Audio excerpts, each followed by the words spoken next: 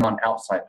And when there's an instability inside or outside of an atom, they seek stability, or they seek balance by connecting with other atoms. And then they become cells. And then at the cellular level, the same thing happens. When there's an imbalance in cell structure, it goes and connects with other cells, and it creates that balance.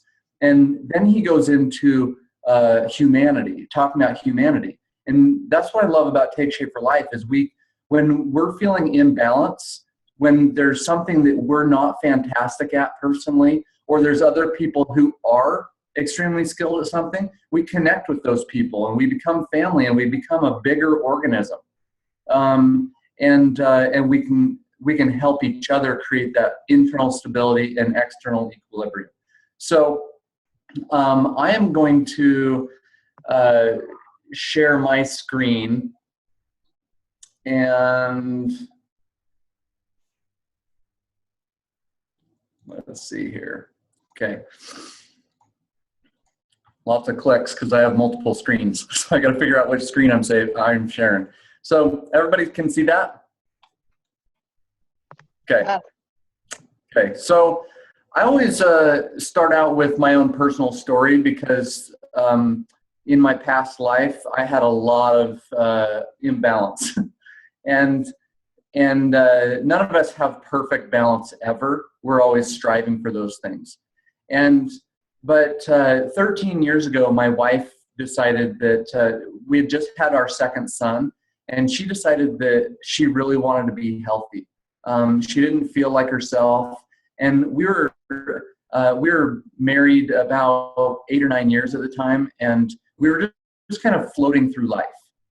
And I talking to a lot of people end up in that spot where they just feel like they're floating. They get up and they do the 9 to 5 every day. Actually, nowadays it's more like a 9 to 9 or something like that. And it's not that you're unhappy. It's just not that you're completely fulfilled, like you had all these wild hopes and dreams when you're younger. So she lost 35 pounds just doing a lot of research on her own, cooking, chopping, preparing, all this stuff. And fast forward a few years, and her mom, that's pictured there at the bottom right, she lost the same amount of weight. She found Take Shape for Life. She lost the same amount of weight, 35 pounds, and it took her 10 weeks versus my wife's 7 months. And her mom was doing so well that her coach, she had a lot of people asking her what she was doing. And her coach said, "Cherry, you should coach these people rather than referring them over to me." So she became a coach, and she actually went to college to become a nutritionist and really had never done anything with her education. So she starts coaching people, and she was on us for a year. Like, you guys should really do this. Amber loves health, and then she would poke and prod at me, and she's like, and Jared, I know you lost a little bit of weight, like 25, but you said that you wanted to lose another 25. And I was in the middle of about a 9-month plateau in my weight loss journey. I'd lost 25 pounds in 15 months, mostly just using exercise. And finally, I made the decision out of complete frustration that the scale wasn't continuing to move, that I gave Take Shape for Life a shot. I lost my last 25 pounds in 1 month. And the weight wasn't the big thing for me. It was how I felt. My energy levels were back up. I stopped snoring. I eliminated my acid reflux that I'd had for 10 years. And my life started to change. So I always like to show people Dr. Anderson's 6-step process to creating optimal health. Number one, a lot of people bypass number one, prepare for your journey. You're like, oh, what did I do to prepare for my journey? It's like, I thought about getting on a program, any program and stuff. And preparing for your journey, I think, is a daily process.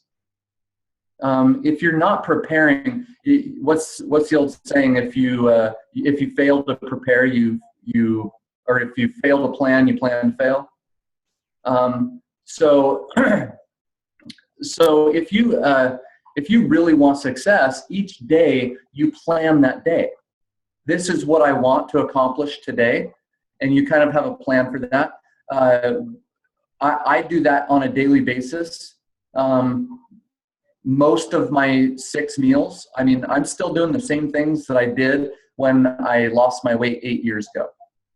I'm still living the same principles. I'm still eating 6 small meals a day. Every meal is carb protein balanced. My food choices look a little bit different in maintenance than they did while I was in weight loss, but not a lot different. But I prepared, and I still prepare for my journey, so that when something difficult comes up, I've already made a decision which way I'm going to go. So step 2 is reaching a healthy weight. And then steps 3 through 6 are the process of continuing to learn. So Gretchen, you want to add anything to that? No, I think that's super great. I think that sometimes I guess the thing I really wanted to help people get out of the call today is sometimes we think of this as a diet. Okay, I'm going to do something for like 1 month. I can do anything for 1 month, right? I started this program thinking that I can do anything for 1 month. And little did I know that it was going to help me learn all the principles and stuff that I had missed, even in my nursing education, of how I need to eat for the rest of my life to keep me healthy, to keep me having the energy I want, to feeling balanced, keep my blood sugar balanced. And that's what I've loved about this program, is the Habits of Health, that we help each other once you learn that these things are, and not to look at them as like chains and shackles, right? Like, oh no, now I'm not gonna have any fun in my life, but how am I going to live my life so that I have what I want out of it? And it's just so freeing to realize you can make those choices every single day. Yeah, I love that.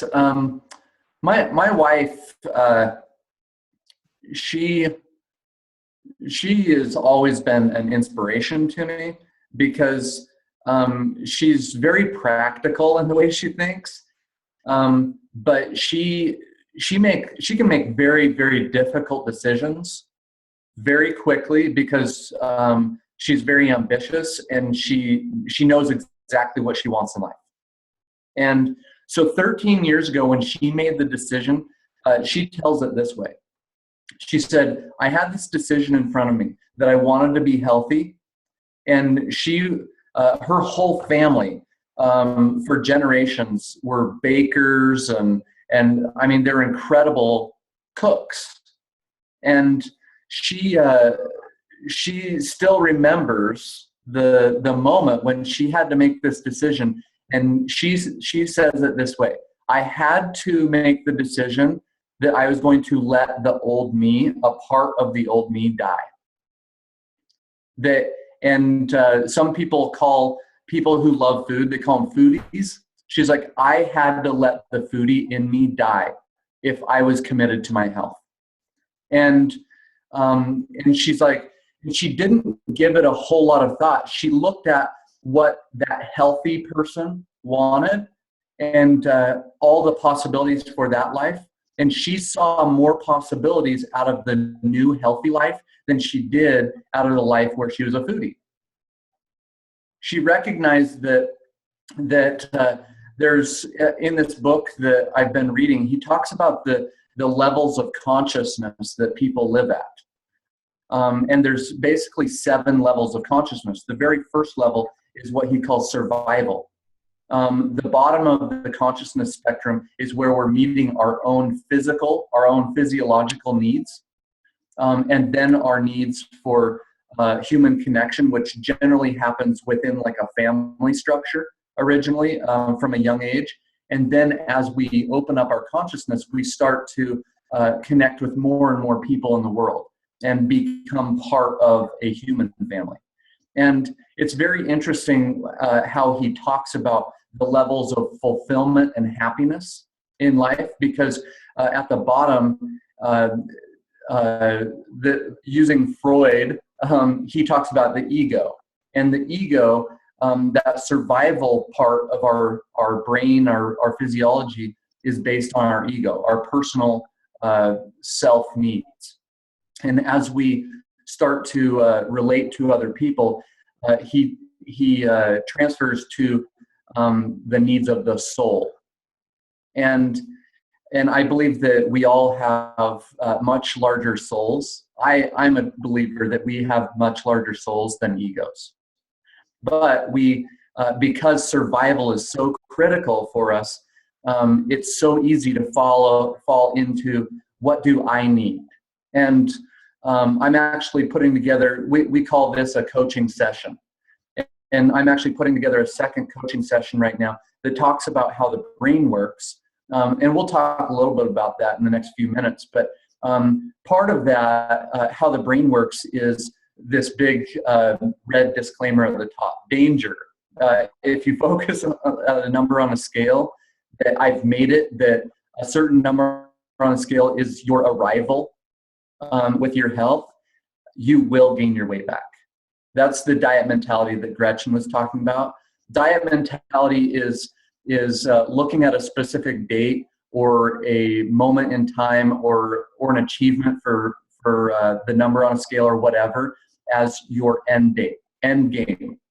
And when I chose to get healthy, really healthy, and really commit to it 8 years ago, I knew that the day that I reached that number on a scale, that the following day, the day after Christmas, so to speak, I had to wake up and do the same things over again. So I still live by those same principles. So one of the big things that we focus on is our why. Why do you want to be healthy? What is it that you're trying to achieve? Look at all the aspects of life. How will my optimal health bless me in my relationships with my spouse or my kids? How will it bless me in the work that I choose? How will it bless me in my hobbies and recreation? How will it bless me in how I feel about myself? My confidence in how I look and feel. But even bigger is the confidence that you can do something that you set your mind to. The confidence that you gain in, I know how to be a healthy person. It's not that we're perfect, but I like to restructure or redefine what people talk about, how they define the program, right? The program are the principles. The plan that you choose is going to change based on what you're trying to accomplish. So the program is eating carb protein balanced meals every 2 to 3 hours, drinking lots of water, getting adequate sleep, managing stress levels, things like that.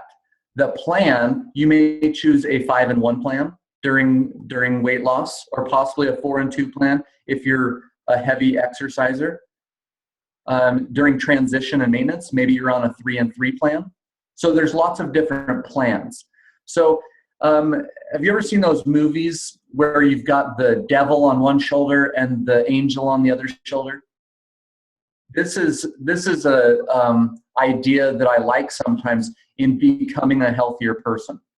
We all, I listened to a talk by a lady a while back, and she said the devil appears in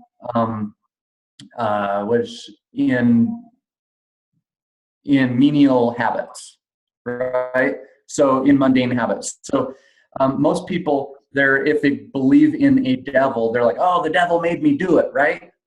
Well, most people, they just do things because they're habitual. Unless it's something completely out of the ordinary in their life where they have to make a conscious decision, most people are making unconscious decisions based on habit. So what are your habits, and where can we adjust those habits? And if you just simply ask yourself something as simple as, what would the healthy me do? So I ask myself that all the time when I'm going into, especially social situations. What would the healthy me do? What would the health coach do, right? And it makes it easier for me because I'm a human being. Not all healthy decisions are easy for me at any point. So Gretchen, you want to cover this one? Mm-hmm. So, what are your current habits? Are you eating within an hour of waking? Do you every 3 hours and you drink your 100 ounces of water? I think some of you this week when I called, I asked people what your keystone habit was. And I know for me, drinking my 100 ounces of water is kind of my keystone habit. I can almost guarantee you if I get 80 ounces of water in before noon, I'm going to eat super great that day. I'm going to be less inclined to, go into a social situation and eat something that I probably shouldn't, or too much of something, or let myself kind of slide. Because to me, for some reason, the water, which seems kind of like trivial, right? Some reason the water really makes a huge difference. So maybe ask yourself that question, like, what is the habit that one of these habits you could do a little bit better on? Is it eating within an hour of waking? I know that's sometimes a struggle. Or setting your alarm on your phone to eat every 2 to 3 hours, so that you don't sit down at your desk at work all day and work for 8 hours and then all of a sudden go, oh my goodness, I haven't eaten anything all day. And just working on these habits. So where are you currently, and how can we help you get to these ones? Perfect. I love that. So all the nurses on the call, they've understood this for a long time. And I no, wait, Jared, that's not true. I think that's something that I think that we think as Americans that this is what we should look like every day. Right. And actually, when you do diabetic counseling, they basically make food journals and structure your insulin to cover something that looks like this. When in the reality of the situation, if you change what you eat, you can so change your blood sugar. Like, that's the thing. The nurse in me just loves this program for that. I have seen so many amazing results with watching what people eat, like being able to get people off their insulin, because as we realize that as you eat all those high carb, high glycemic index foods, your sugar goes up and then down and up and down. That creates those cravings and bad moods and crankiness.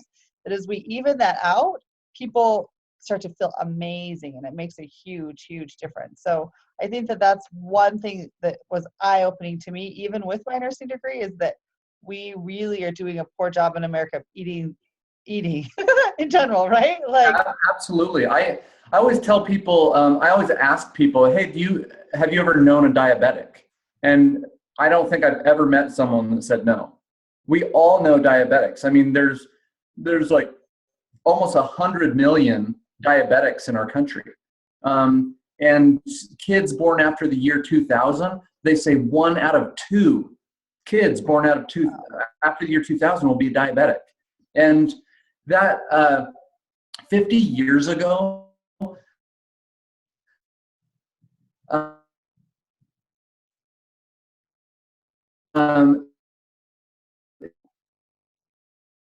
wasn't that big of a fear, because it was they called it adult onset diabetes type 2. Now, where it didn't used to be a huge when elderly people when they were diagnosed, it was typically about 15 years after original diagnosis that they would start having huge problems, eyesight, chronic infections that resulted a lot of times in amputations, things like that. But now, if you're talking about a 5-year-old kid, and then by the age of 20, in the prime of their life, now they're having to deal with all these issues, that drastically changes the quality of life. So it's, I always tell people, everybody on the planet should eat the way that diabetics should eat, right? So we're all kind of diabetics in training. And either we're going to live healthy habits and resist that risk and lower our risk for those diseases. And a lot of it, most of it has to do with the way that we consume energy. And this study that is shown on this slide, the research was done by David Jenkins at University of Toronto, and he was kind of the pioneer in low glycemic eating. What they did was they took a huge group of people, they housed them during this study, so they had complete control over their environment. They had complete control over their food consumption, and they they fed every single person the same number of calories and the same foods. But they split half the group into 3 traditional meals and half the group into 6 smaller meals. And the group that had the 6 smaller meals, they lost 2.5 times the weight that the 3 traditional meals did. They all said that they're less hungry. Don't spend very much time talking about insulin energy. It says, hey, I can use this much glucose, and anything higher than this, a little bit gets stored in your muscles, glycogen storage, and the rest of it gets stored for later. Unfortunately, it doesn't get stored as sugar, it gets stored as fat. Everything eventually gets converted and stored as fat. So, and insulin is also an inflammatory hormone. It causes a lot of problems like snoring, a lot of sleep apnea type issues. Medical professionals suggest that between 75 and 80% of sleep disorders are weight and inflammation related. So if you're not sleeping really well, I know that within 10 days of being on the program, I've like jokes, I'm asleep and I'm like dead to the world for the next 8 hours. Like, you can't wake me up. I'm so, and I wake up refreshed. I don't wake up exhausted like I used to. So 9-inch plate, this is really critical. And it's a simple visual. Long term. You know, when we, a lot of the dinner plates that we restaurant, you'll have plates and stuff, but most restaurant plates are between about 15 and as high as 20 inches. So one of the things, a secret to eating out is immediately ask them just to bring a to-go box with your meal. And then you can just split it in half and take home half of it for later. And then you just bought 2 meals for the price of 1. So a couple of years ago, the government went away from the food guide pyramid to what they call myplate.gov. And this was just like maybe 5 years ago. And Dr. Anderson's been using this 9-inch plate model for the last 15 years. So it's very simple. Half your plate should be fruits and vegetables. I always tell people about in that half the plate, you want about 1/4 of it to be fruits and 3/4 of it to be vegetables. Because although fruits are good, they have good vitamins and minerals, and some fruits better than others as far as like fiber and stuff, they still are higher glycemic than 1/4 of your plate should be protein, and no more than 1/4 of your plate be starches. I'll tell you, for myself, I might only include starches on my plate a couple times a week, even in maintenance. I just don't eat that many starches because I know that I'm getting all of the healthy carbohydrates that I need from my fruits and vegetables. I'll even go more than 50% of my plate in fruits and veggies, and then 1/4 of my plate, sometimes maybe a little bit more in protein. But when I do have those healthy starches, it's things like brown rice or quinoa, something like that. I'm not huge into pasta or anything like that, but when I do a pasta, I actually do like zucchini pastas, and Costco has a fantastic edamame pasta that's really high in protein, and that would actually be more of your fruit and veggie servings. So I'm just very careful about that. And here's a little trick of mine. Something like breads. My wife makes fantastic bread. I love it. But when she makes it, we treat it as a dessert. because we know that it's much, much higher in carbohydrates. So bread with dinner, we won't also have a dessert later. If we are having a dessert later and we're being very intentional, hey, we love this dessert, we're making this dessert, we'll go straight lean and green for dinner. So just some simple tactics to help those things. So these, some of these things are found on pages 120, 121 of Dr. A's Habits of Health. And I always love these tests that my teachers would give me, like in first grade, where you have the two columns, you have to match the right ones and stuff. It was like the only kind of testing that I was good at in first grade. But now I love this because you can match anything on the left column with anything on the right column. And every single time that you eat, you want to do your very best to get a balance of carbohydrates and protein. And what this does, going back to blood sugars, when you have adequate protein carb balance, the protein and higher fiber in your diet are going to cause the blood sugar to rise more slowly rather than just spike. And then it's going to stay higher, it's going to stay plateaued for a longer period of time, and then it's actually going to drop more slowly also. When you don't have a balance, it skyrockets, like that first graph that I showed you. Like if you just drink some orange juice and a bagel or something like that, it skyrockets and then it plummets. And that's when people feel those hypoglycemic sensations. I had it all the time growing up. I would eat a bunch of food, and it was mostly just sugar, breads and cereals and stuff like that. And then I would go and engage in activity, and then I would be like all shaky. And I felt sick, and I didn't like the feeling.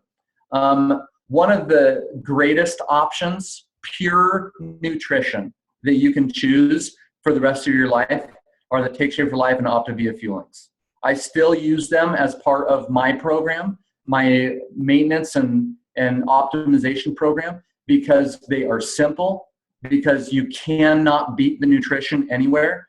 And in 8 years of coaching over 1,000 people, our clients who continue to use the Take Shape and Optavia Fuelings, whether they like the taste better than anything else or the convenience better than anything else, they do not struggle long-term with regaining weight.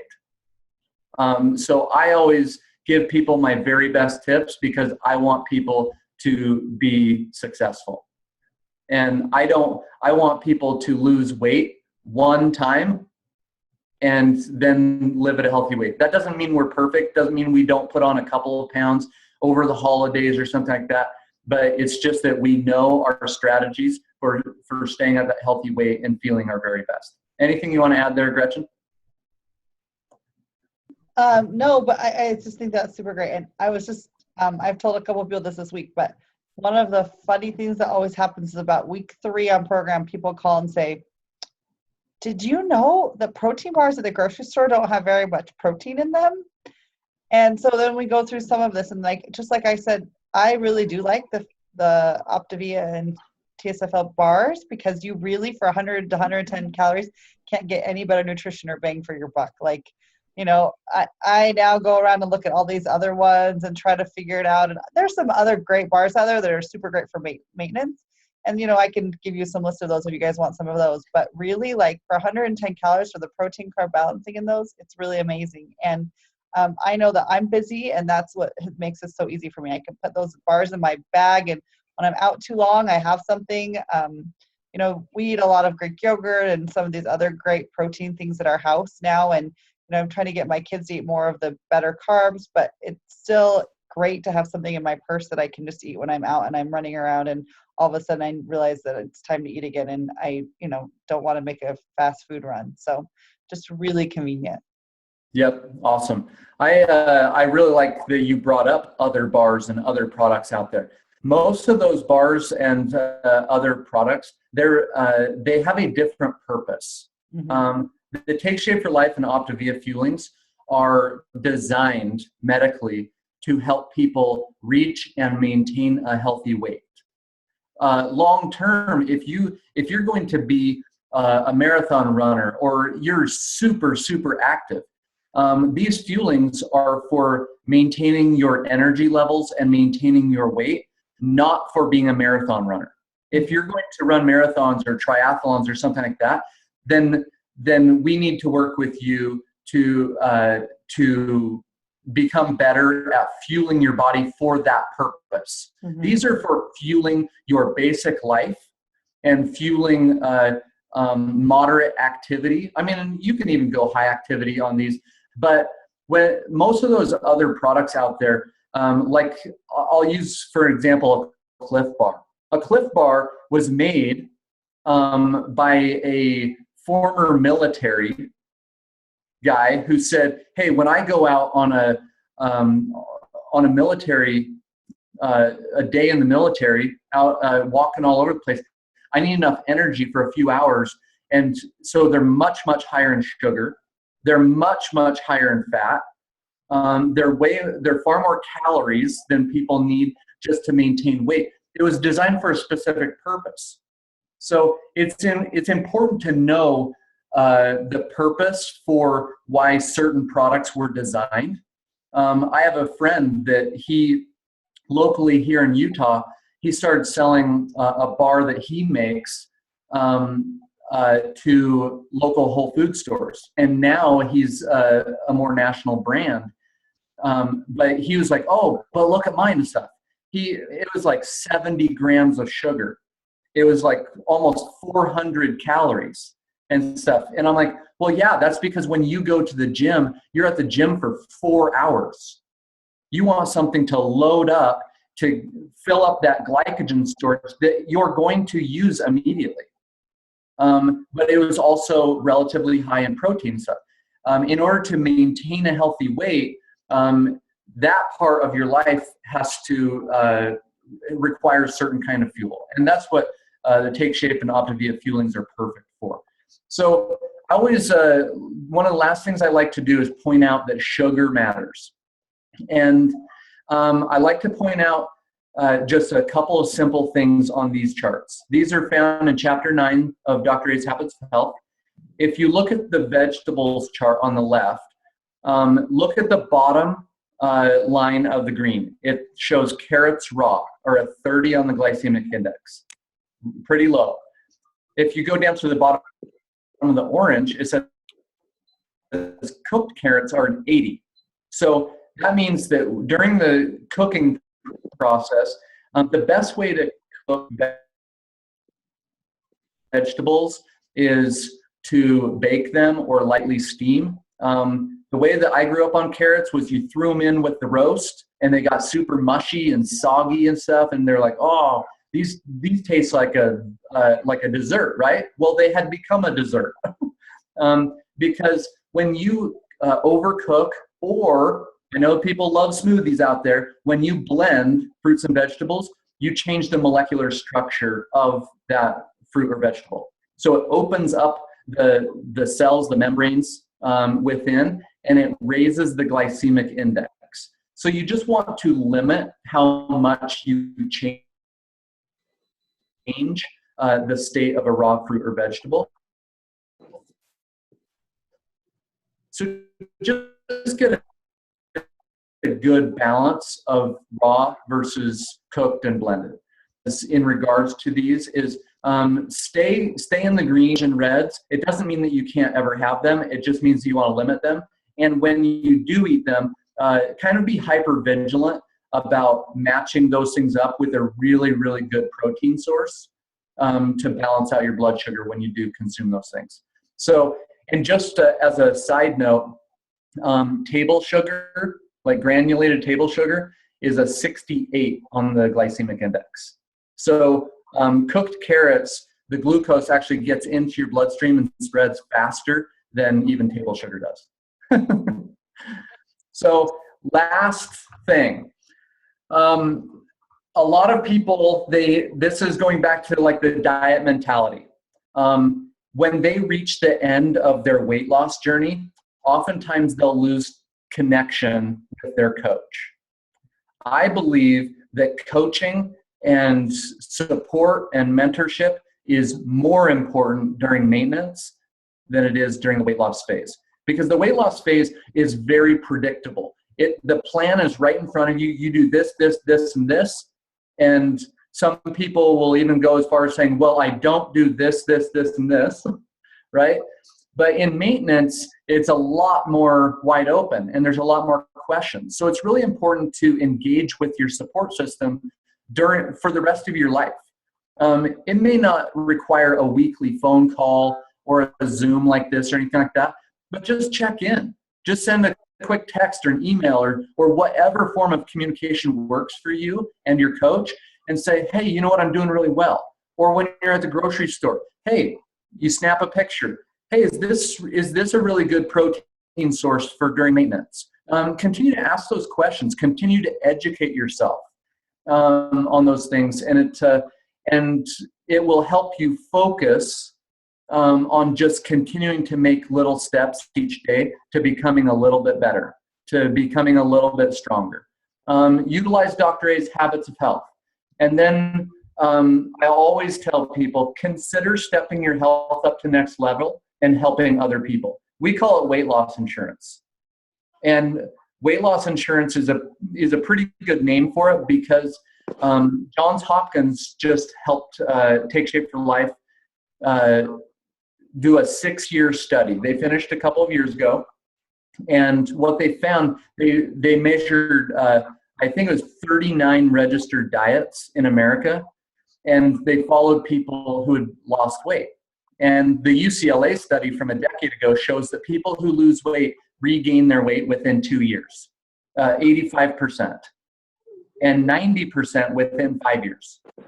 So what it showed when they tracked our coaches alongside these people, what they showed was almost exactly the opposite. People who were helping guide other people to healthier lives, they were about 80% reaching and maintaining their healthy weight through that whole 6-year study.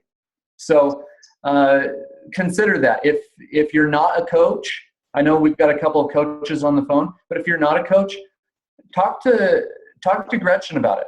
Explore it a little bit more. It doesn't take a lot of time. It's extremely fulfilling. It may be helping a lot of people, but it may only be helping your mom or your sister or your dad or somebody that you care about. It doesn't matter how many people you help. What matters is that you're helping somebody other than yourself. And if you're like, well, I can't do that, do it for selfish reasons. Help other people to help yourself. So anything you want to add to this last bit here, Gretchen? Oh, well, I to be completely honest and transparent, I started this as a diet, right? And my coach was on my case to be a coach for 7 months. And finally one day in a moment of slight boredom, I said, okay, I think I'm going to do that. I think she about fell over.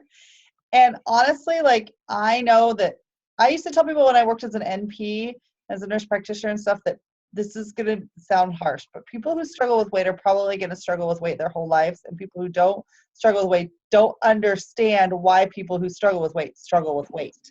Because, our brains are, I truly believe our brains are wired just a little differently, right? I have a struggle in social situations or when there's food that I like to not eat more than, I just can't eat it, or I've heard of either a abstainer or a moderator. I have a hard time being a moderator. I can't eat something in moderation. If my brain says I like it and my mouth says it's good, I have a hard time being that moderator. So I just have to be an abstainer. But that's something I've learned about myself, right? And so being a coach and coaching people now and helping others has really, really selfishly helped me stay in my health journey a lot better. Have I gained some weight back? Yes. But if I had not done this, I would have gained a lot more weight back, I'm sure.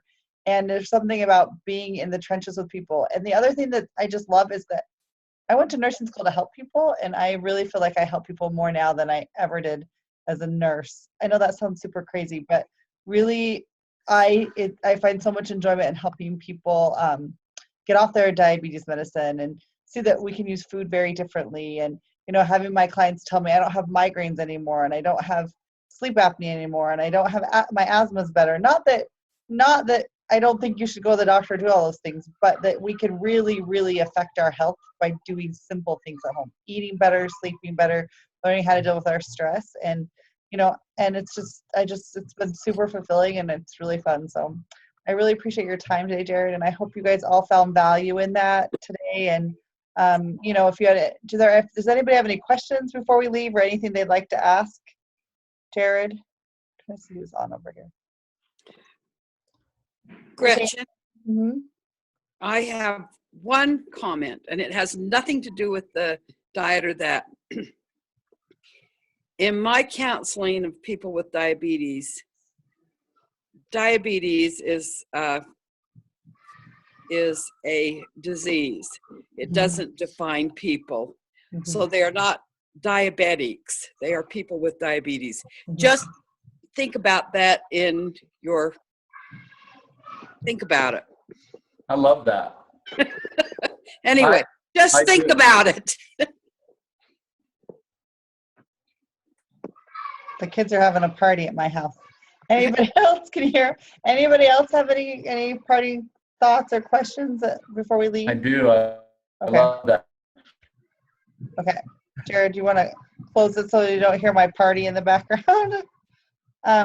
Yeah. We appreciate you all. We love that you're part of our health family. We consider you guys health part of a family, and stick close to us. We're better. All of us are better together. And like Gretchen was saying, it's okay if you regain a little bit of weight. There's something like that. It's a journey. I've read a lot of stories about people who've climbed huge mountains like Mount Everest and K2 and the top 13 peaks and stuff. And the great climbers, they set out on a journey. They don't, many of them, they think about summiting, but every single one of them knows that there is a distinct possibility that on this climb, they may not summit. That they're not climbing just to summit. They're climbing because they love to climb. They love the challenge. They know that there might be weather that comes in, and they might not reach their ultimate goal on this climb. So if someone goes off plan a little bit, I never call it cheating. I call it choices of life. But just hop back on. So you make a poor choice when it comes to your plan. 2 or 3 hours later, you make a good choice, a good, healthy choice. Don't even wait for the next day. Just wait for the next opportunity to make a healthy choice and make it at that moment. And you'll feel so much more empowered and so much stronger to continue this journey. And then reach out to Gretchen, to the rest of us on the team, to offer that support that you need. Because I'm still on my journey. I'm pretty good with the eating thing. But I love my closing thought. Bruce Lee, considered the greatest martial artist ever in the world. He said, oftentimes people would call him the master. And he said, never call me master. And they asked him why. And he said, when people consider themselves a master, they stop their learning. And he said, I will forever be the student. So just make yourself enjoy that process, the journey of being a student of health and of creating the life of fulfillment that you want. And then reach out and let people know what those goals are and what those desires are, and let people help you. So we appreciate you guys. So much, Jared. Thanks, everybody. Talk to you all later. Thanks. Bye. Okay. Have a good one.